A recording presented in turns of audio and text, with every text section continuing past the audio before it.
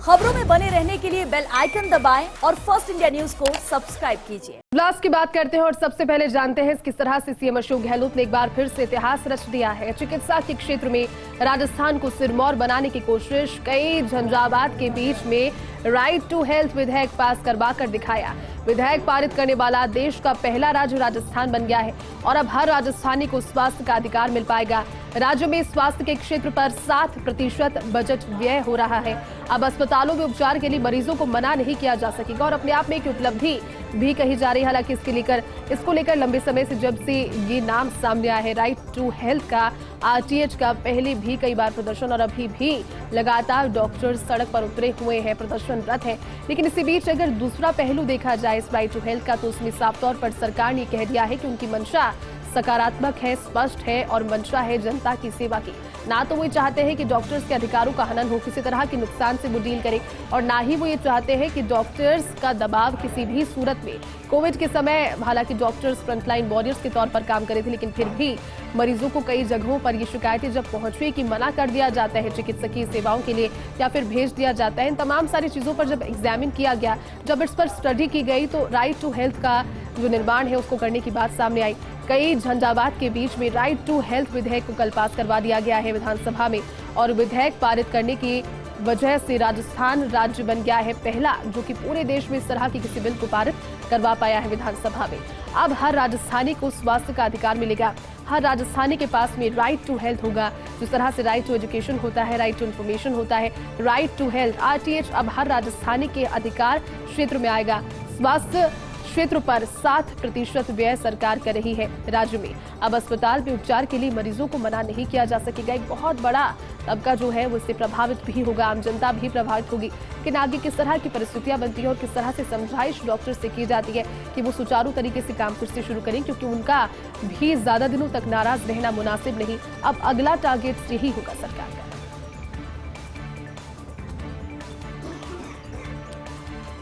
तो वहीं वकीलों को सुरक्षा देकर राजस्थान ने देश में रच दिया है इतिहास। राजस्थान देश भर में एक ऐसा पहला राज्य बन गया जहां वकीलों की सुरक्षा के लिए राज्य सरकार ने कानून बनाए हैं। राजस्थान दूसरी इतिहास इस तरह से, क्योंकि अब से जानकारी आपको जब दी थी तो राइट टू हेल्थ को लेकर बात कही। राइट टू हेल्थ के बाद वकीलों के लिए प्रोटेक्शन एक्ट भी राजस्थान ही पहला ऐसा राज्य है जो कि देश भर में लेकर आए हैं। राजस्थान ने देश भर में ये कार्य करके इतिहास रच दिया। वकीलों की सुरक्षा के लिए राजस्थान ने कानून बनाया है, राज्य सरकार ने कानून बनाया और राजस्थान विधानसभा में ध्वनि मत से पारित हुआ एक्ट। राजस्थान अधिवक्ता संरक्षण अधिनियम 2023 पारित हो चुका है। संशोधित रूप से सदन में पारित ये विधेयक हुआ और एडवोकेट 1 महीने के बाद आज से अपने न्यायिक कार्यों पर लौटे, क्योंकि 20 फरवरी से आंदोलनरत थे और न्यायिक कार्यों का बहिष्कार चल रहा था। इस वजह से भी लोगों को बहुत ज्यादा मुसीबतें सामने आ रही थी, क्योंकि बार बार अगर किसी भी तरह का विधायी कार्य, कोर्ट का कार्य हो तो फिर वहां जाने से पहले अगर ये पता लग जाए कि वो बंद पड़ा है या फिर कार्य नहीं हो पा रहे। लेकिन आखिरकार कल जब ये लाया गया कानून तो ध्वनि मत के साथ पारित हुआ है और ऐसा करके राजस्थान देश का पहला ऐसा राज्य बन गया जहां वकीलों की सुरक्षा के लिए राज्य सरकार ने कानून बनाया है और राजस्थान विधानसभा में ध्वनि मत से ये पारित भी हो चुका है। क्या फांसी की सजा तकलीफ दे है, कोई और तरीका उपलब्ध? ये बड़ा सवाल, क्योंकि सजाए मौत पर केंद्र से सुप्रीम कोर्ट ने सवाल कुछ पूछे हैं। सुप्रीम कोर्ट फांसी की सजा व लंबे समय से जेल में कैद अभियुक्तों के मामले पर विचार करने वाली है। डिस्ट्रिक्ट मजिस्ट्रेटों की कार्यप्रणाली से भी नाराज सुप्रीम कोर्ट नजर आया। 2 अलग अलग मामलों में सुनवाई के दौरान सुप्रीम कोर्ट ने ये संकेत दिए। एक मामले में फांसी की सजा के स्थान पर अगले सप्ताह तक एक समिति गठित करने की बात कही और अन्य तरीके अपनाने के संबंध में सुप्रीम कोर्ट ने अगले सप्ताह तक एक समिति गठित करने की बात कही। तो वहीं लंबे समय से जेलों में कैद अभियुक्तों के संबंध में भी केंद्र से जवाब मांगा और ये 2 मुद्दों पर जो 2 अलग अलग मामले थे उसकी सुनवाई के दौरान सुप्रीम कोर्ट के संकेत रहे।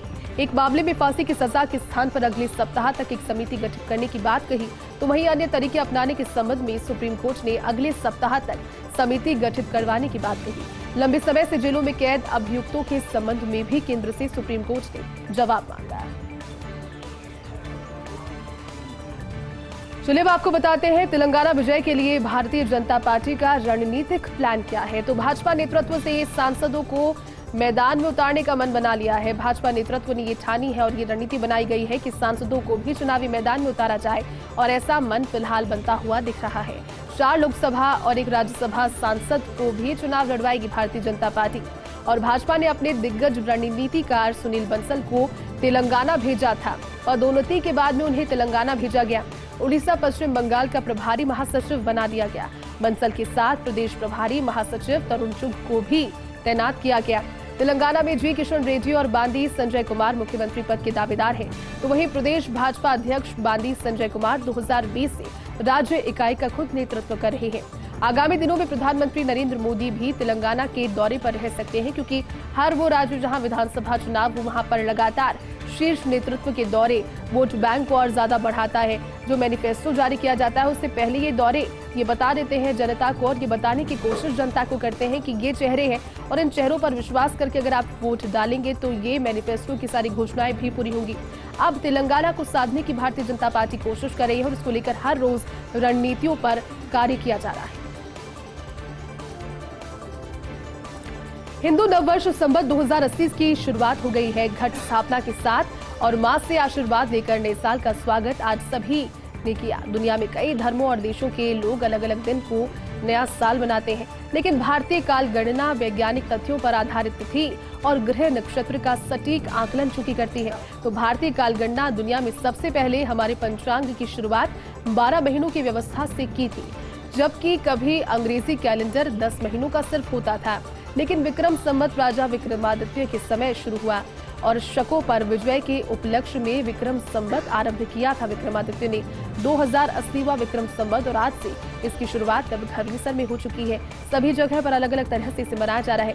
कभी अगर पंचांग को उठाकर आप देखेंगे तो 12 महीने की जो व्यवस्था है वो सबसे पुरानी और सबसे प्रतिष्ठित व्यवस्था है, और आज इससे पूरे अलग अलग धर्मों के लोग या फिर अलग अलग जो संप्रदाय से जुड़े हुए लोग हैं वो विक्रम संवत आरंभ होने के दिन को घट स्थापना कर बधाइयां देकर एक तरीके से मनाते हैं। ब्रेक के बाद आपका स्वागत है। एक बार फिर से आगे बढ़ते हैं न्यूज ब्लास्ट में और बात करते हैं आराधना के पर्व नवरात्रि की, जिसकी आज से शुरुआत हो चुकी है। चैत्र शुक्ल प्रतिपदा से वासंतिक नवरात्रि की शुरुआत हो गई है। घरों और मंदिरों में मां दुर्गा और मर्यादा पुरुषोत्तम भगवान श्री राम की आराधना की जा रही है। नवरात्रि की शुरुआत उत्तरा भाद्रपद नक्षत्र तथा शुक्ल ब्रह्म युग में हुई है और तिथि क्षय नहीं होने से पूरे 9 दिनों तक इस बार पूजा अर्चना का दौर जारी रहेगा। श्रद्धालु विशेष मंत्रों के जरिए पूरे विधि विधान के साथ माता की साधना कर रहे हैं। 110 साल के बाद नौका पर सवार होकर माता रानी इस बार प्रकट होंगी। फसल, धन धान्य और विकास के लिए ये योग लाभदायक रहेगा और जयपुर समेत प्रदेश भर के सभी देवी मंदिरों में उल्लास और उत्साह के साथ इसे मनाया जा रहा है। लगातार अगले 9 दिनों तक दुर्गा सप्तशती के पाठ होंगे। राम मंदिरों में रामायण और रामचरितमानस के पाठ होंगे और उसके बाद रामचरितमानस के पाठों के जरिए श्री राम के जन्म उत्सव को भी मनाया जाएगा, क्योंकि रामनवमी का त्योहार। लेकिन आज सुबह में घट स्थापना के साथ इस शुभ दिन की शुरुआत हो गई। अब अगले 9 दिनों तक माता की इसी तरह से कर्तव्य परायणता के साथ में और माता के श्रद्धा के साथ में पूजन का दौर जारी रहेगा। विश्व जल दिवस आज है और जल के महत्व और उपयोगिता को समझना उद्देश्य है। जल ही जीवन है, क्योंकि इसके बिना जीवन की कल्पना करना नामुमकिन है। दुनिया में हम जाने अनजाने रोजाना पानी की बर्बादी किया करते हैं और ऐसे में जल ही सभी को पानी की कमी का सामना करना पड़ सकता है। लोग पानी का महत्व समझे, इसलिए विश्व जल दिवस मनाया जाता है। वर्ष 1992 में संयुक्त राष्ट्र महासभा ने एक प्रस्ताव अपनाया और इसके द्वारा हर वर्ष 22 मार्च को विश्व जल दिवस मनाने की घोषणा की गई। इस साल एक्सीलरेटिंग चेंज यानी कि परिवर्तन में तेजी को इसकी थीम बनाया गया। विश्व जल दिवस आज है। बहुमूल्य जल को बचाना हम सब की जिम्मेदारी है, क्योंकि राजस्थान में भूजल को लेकर आंकड़े चिंताजनक है। मानसून में 33 जिलों की भूमि को 10.96 अरब घन मीटर पानी, लेकिन 16.55 अरब घन मीटर पानी यानी कि 151% निकाला भी गया। 10 सालों में 21 जिलों में घट चुका है भूजल। सीकर, अलवर, दौसा में सबसे ज्यादा भूजल स्तर अब तक घट चुका है और भूजल के हिसाब से श्रीगंगानगर, हनुमानगढ़, बांसवाड़ा और डूंगरपुर ही मात्र सुरक्षित है। ये आगे के दिनों के लिए चिंता का विषय है। महात्मा गांधी की पोती उषा गोखनी का निधन हो गया। लंबे समय से बीमार चल रही थी उषा गोखनी। मुंबई में 89 साल की आयु में उन्होंने अंतिम सांस ली और करीब 5 सालों से बीमार चल रही थी उषा। वर्धा के सेवाग्राम आश्रम में उषा का बचपन बीता। लेकिन महात्मा गांधी की पौत्री थी, तो उनके निधन को लेकर अब काफी सारे लोगों में इस चीज को लेकर दुख भी है, क्योंकि उनको देखकर लगता था कि अभी भी जो पीढ़ी है वो कहीं ना कहीं आगे कार्य करे। हालांकि और भी परिवार के लोग हैं, लेकिन उनके निधन की सूचना वाकई में दुखद। जम्मू कश्मीर में बढ़ी है कोविड के बाद पर्यटन की रौनक और बहाली की कोशिशों को पंख भी लगे हैं। गत साल 1.88 करोड़ पर्यटक पहुंचे जम्मू कश्मीर। इसमें धार्मिक पर्यटन के लिए श्रद्धालु आए और वो भी शामिल रहे। इस साल यह आंकड़ा भी पार होने के आसार हैं। शुरुआती 2 महीने में 2.5 लाख सैलानी कश्मीर पहुंचे और पिछले साल इसी अवधि में 1.7 लाख पर्यटक आए। पर्यटकों की बढ़ती आवक से गुलमर्ग और पहलगाम के पूरे होटल बुक हो चुके हैं। राज्य में सालाना 8,000 करोड़ का राजस्व आता है।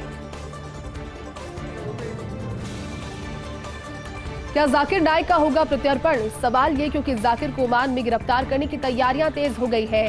भारतीय जांच एजेंसियां शिकंजा कसने की कोशिश जाकिर नाइक पर कर रही है। 23 मार्च को लेक्चर देने के लिए ओमान में भगोड़ा जाकिर रहने वाला है और भारतीय दूतावास नाइक के प्रत्यर्पण के लिए वहां के अधिकारियों के संपर्क में अब पहुंच गई है। 2016 में भारत छोड़कर मलेशिया जाकिर भाग गया था और उसके बाद से अलग अलग जगहों पर जाकर भाषण देना या फिर इस तरह की बातें करना जो कि धर्म विरोधी है या फिर सांप्रदायिक हिंसा को भड़काने वाली है, कई ऐसे विवादास्पद बयान भी दिए और कहीं ना कहीं अब भारत के अब निशाने पर वो है, क्योंकि प्रत्यर्पण करवाने के लिए भारत और भारतीय जो टीम है वो अब जुट गई है। खालिस्तानियों का बढ़ता हुड़दंग। कई देशों में भारतीय दूतावासों पर ये खालिस्तानी समर्थक हिंसा कर चुके हैं। तिरंगे को उतारकर खुद का झंडा लगाने की कोशिश कई बार उन्होंने की।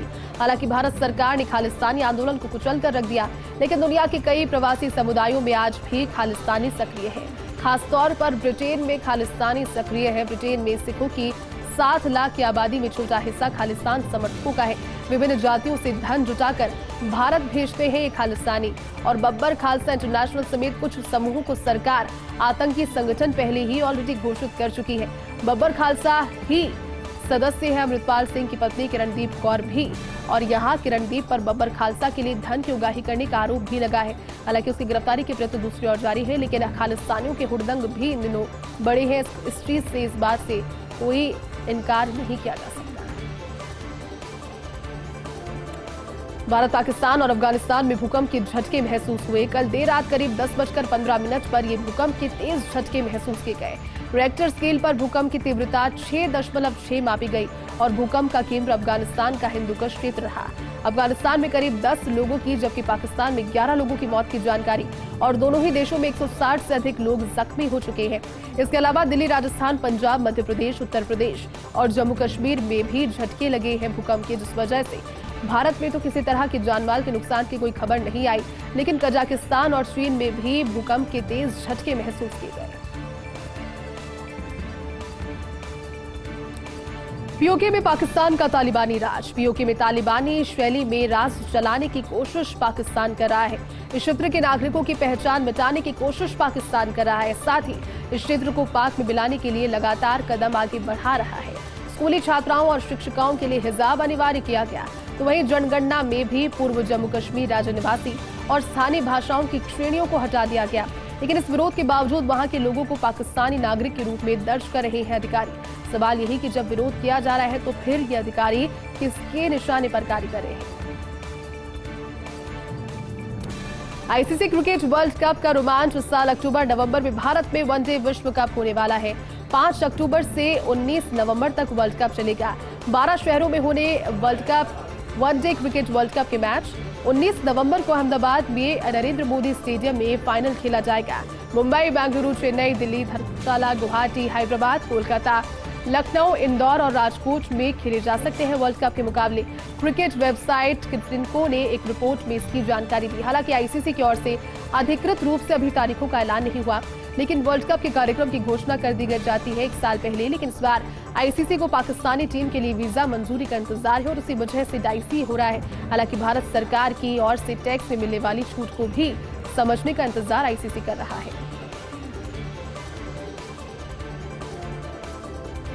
तो उसी बीच भारत और ऑस्ट्रेलिया के बीच वनडे सीरीज 3 मैचेस की सीरीज का आज निर्णायक मुकाबला है। पहले मैच में भारत और ऑस्ट्रेलिया दूसरे मैच में जीत दर्ज कर चुका है। ऐसे में रोमांचक मुकाबला ये तय करने वाला है कि सीरीज पर किसका कब्जा होगा। चेन्नई के दीपक चेपाक मैदान पर दोपहर 1:30 बजे से मुकाबला शुरू हो जाएगा। भारतीय बल्लेबाजों ने पहले 2 मैचों में लचर बल्लेबाजी की, लेकिन दोनों मैचों में 100 रन के अंदर 5 विकेट भी भारत ने गंवा दिए। ऐसे में रोहित, शुभमन, विराट, पांड्या पर बड़ा स्कोर करने का दारोमदार रहेगा। मिडिल ऑर्डर में सूर्य कुमार ने चिंता बढ़ा दी है तो ईशान को मौका मिल सकता है। सीरीज में 8 विकेट लेने के लिए ऑस्ट्रेलियाई तेज गेंदबाज मिशेल स्टार्क का बड़ा खतरा है, तो वहीं दोनों मैचों में आतिशी पारी खेलने वाले मिशेल मार्श के रडार पर भारतीय गेंदबाज इस बार रहेंगे।